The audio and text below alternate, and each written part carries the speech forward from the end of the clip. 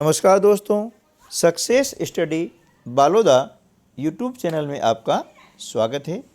आज के इस वीडियो में हम NMMS यानी national means cum merit scholarship selection exam 2022 में जो संपन्न हुई है उसके अंतर्गत पूछे गए हैं सामाजिक ज्ञान के प्रश्नों को हल करने वाले हैं। तो चलिए शुरू करते हैं हम आज का वीडियो। प्रश्न क्रमांक 36, डचों द्वारा भारत में चलाई गई स्वर्ण मुद्रा का नाम क्या था? ऑप्शन आपको दिए गए हैं 4। ए पगोडा, बी जित्तल, सी पाउंड और डी डॉलर।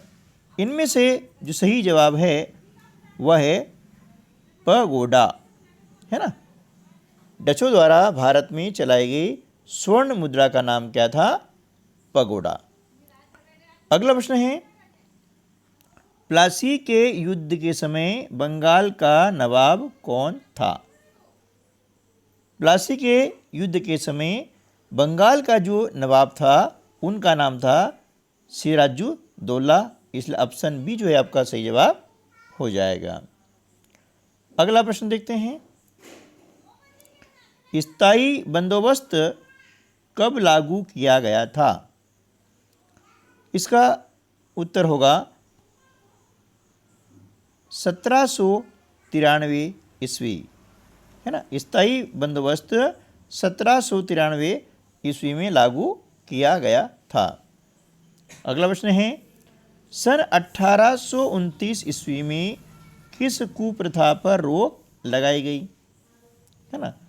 तो 1829 ईस्वी में सती प्रथा जो कुप्रथा थी इस पर रोक लगाई गई थी। अगला प्रश्न है, मुगल काल में दीवान या वजीर क्या काम संभालता था?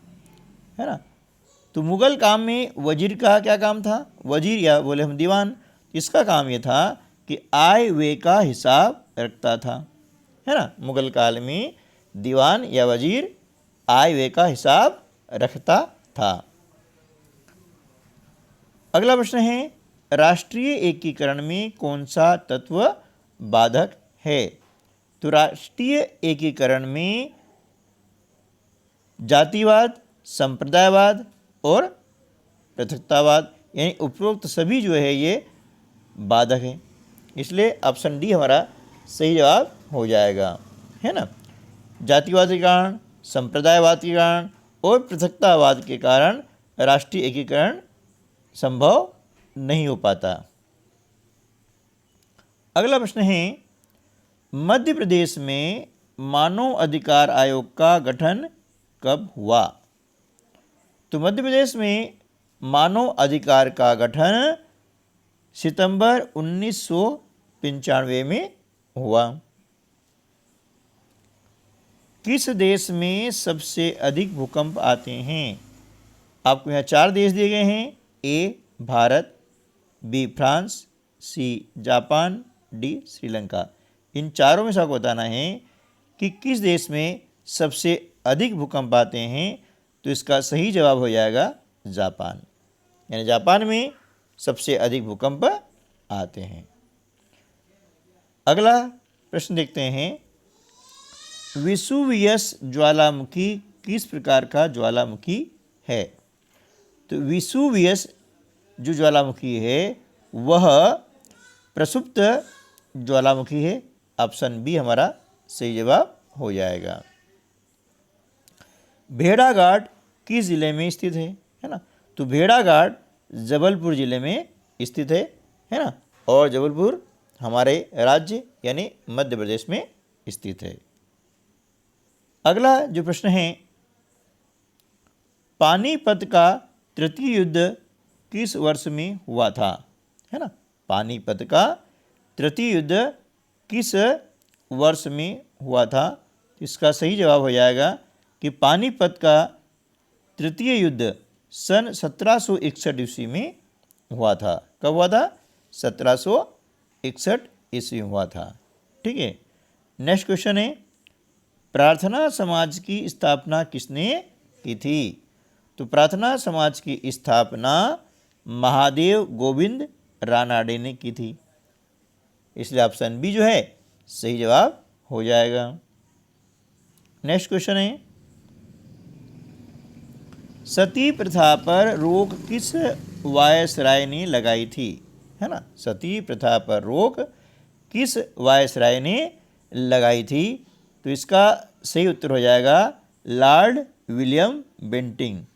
क्या हो जाएगा? लॉर्ड विलियम बेंटिंग ने सती प्रथा पर रोक लगाई थी।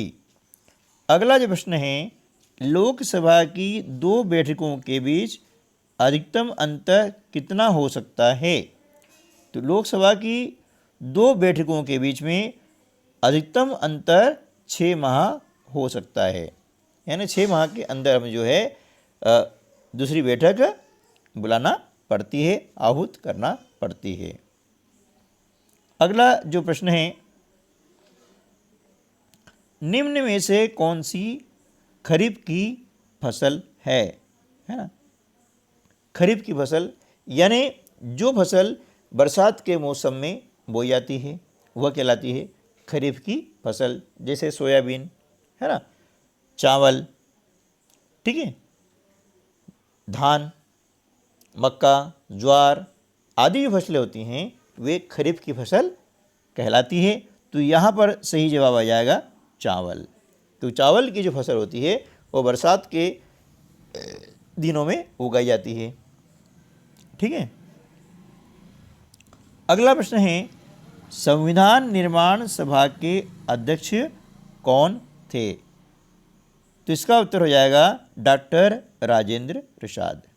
संविधान निर्माण सभा के अध्यक्ष डॉक्टर राजेंद्र प्रसाद थे, है ना। एक प्रश्न और होता है कि संविधान प्रारूप समिति के अध्यक्ष कौन थे? तो वहाँ पर उत्तर आ जाएगा डॉक्टर भीमराव अंबेडकर। ये ध्यान रखना है ना।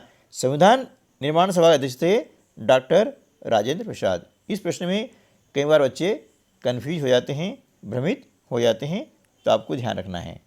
निर्माण सभा के अध्यक्ष थे डॉक्टर राजेंद्र प्रसाद और प्रारूप समिति के अध्यक्ष थे डॉक्टर भीमराव अंबेडकर, ठीक है ना। अगला प्रश्न है, नौसेना का सर्वोच्च अधिकारी कौन होता है? ऑप्शन आपको दिया है जनरल, बी एडमिरल, सी कैप्टन, डी कोमोडोर। तो नौसेना का जो सर्वोच्च अधिकारी होता है वह होता है एडमिरल। कौन होता है? एडमिरल जो है वह नौसेना का सर्वोच्च अधिकारी होता है। अगला प्रश्न है, तारापुर परमाणु संयंत्र किस राज्य में स्थित है?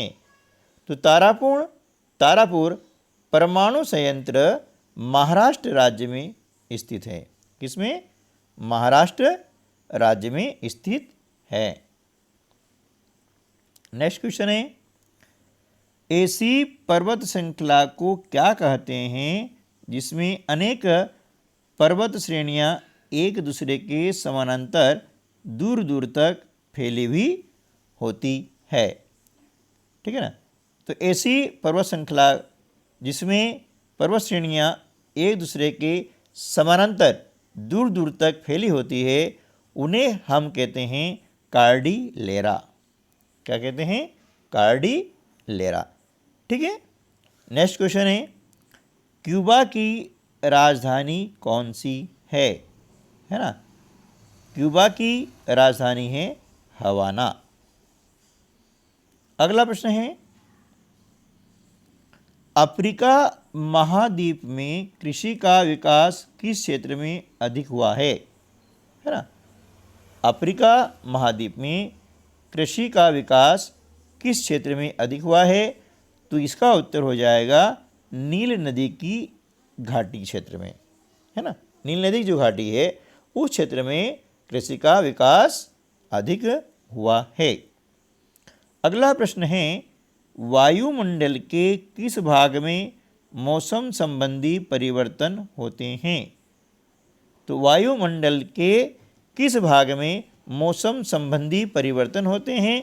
इसका उत्तर हो जाएगा क्षोभ मंडल। यानी क्षोभ मंडल होता है जहाँ पर मौसम संबंधी परिवर्तन होते हैं। अगला प्रश्न है, मध्यवर्ती सेलवास का मैदान किस नदी से बना है? मध्यवर्ती सेलवास का मैदान अमेजन नदी से बना है। किससे बना है? अमेजन नदी से बना हुआ है। अगला प्रश्न है, बालपेराइजो बंदरगाह कहाँ पर है? है ना, बालपेराइजो बंदरगाह कहाँ पर है? चिली में है ना। Where is Valparaiso harbour? है ना, it is situated in Chile. अगला जो प्रश्न है, भारतीय राष्ट्रीय कांग्रेस का प्रथम अधिवेशन कहाँ हुआ था? भारतीय राष्ट्रीय कांग्रेस का प्रथम अधिवेशन बम्बई में हुआ था, है ना, जिसका आजकल नाम क्या है? मुंबई। पहले इसको बोलते थे बम्बई। ठीक है। अगला जो प्रश्न है, चंद्रशेखर आज़ाद मध्य प्रदेश के किस जिले के निवासी थे? है ना, चंद्रशेखर आज़ाद मध्य प्रदेश के अलीराजपुर जिले के निवासी थे। कहाँ के थे? अलीराजपुर, है ना, भाभरा गांव के ये निवासी थे। नेक्स्ट क्वेश्चन है, जलियांवाला बाग की घटना किस सन में घटित हुई थी? तो जलियांवाला बाग की घटना जो है वह 1919 में घटित हुई थी। अगला प्रश्न है, स्वतंत्र बांग्लादेश कब अस्तित्व में आया? तो स्वतंत्र बांग्लादेश सन 1971 ईस्वी में अस्तित्व में आया। नेक्स्ट क्वेश्चन, यूएन सुरक्षा परिषद के स्थायी सदस्य कौन कौन से देश हैं? तो यूएन सुरक्षा परिषद के स्थायी सदस्य हैं अमेरिका, रूस, चीन, फ्रांस और इंग्लैंड, है ना। यूएन मतलब संयुक्त राष्ट्र संघ की जो सुरक्षा परिषद है उसके स्थायी सदस्य हैं अमेरिका, रूस, चीन, फ्रांस और इंग्लैंड। अगला प्रश्न है, वर्ल्ड ट्रेड सेंटर कब ध्वस्त हुआ था? तो वर्ल्ड ट्रेड सेंटर सन 2001 में ध्वस्त हुआ था। कब हुआ था? 2001 में।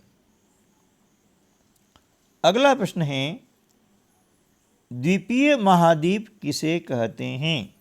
है ना, द्वीपीय महाद्वीप किसे कहते हैं? तो इसका उत्तर आ जाएगा ऑस्ट्रेलिया को कहते हैं। किसे कहते हैं? ऑस्ट्रेलिया को द्वीपीय महाद्वीप कहा जाता है। अगला प्रश्न है, ऑस्ट्रेलिया महाद्वीप की मुख्य फसल क्या है? ऑस्ट्रेलिया महाद्वीप की मुख्य फसल है गेहूं। क्या है?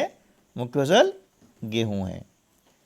अगला प्रश्न है, अंटार्कटिका महाद्वीप की खोज कब हुई? तो अंटार्कटिका महाद्वीप की खोज हुई है सन 1820 ईस्वी में। नेक्स्ट क्वेश्चन है, 1905 ईस्वी में बंगाल विभाजन किसके द्वारा किया गया था? तो 1905 में बंगाल विभाजन लॉर्ड कर्जन के द्वारा किया गया था। किनके द्वारा किया गया था? लॉर्ड कर्जन के द्वारा। अगला प्रश्न है, पंचशील का समझौता किन देशों के बीच हुआ था? तो पंचशील का जो समझौता हुआ था वह भारत और चीन के बीच हुआ था। किनके बीच हुआ था? भारत और चीन के बीच में पंचशील समझौता हुआ था। ठीक है दोस्तों, तो इस प्रकार से सन 2021-22 की जो NMS एग्ज़ाम संपन्न हुई है उसके अंतर्गत ये प्रश्न पूछे गए थे।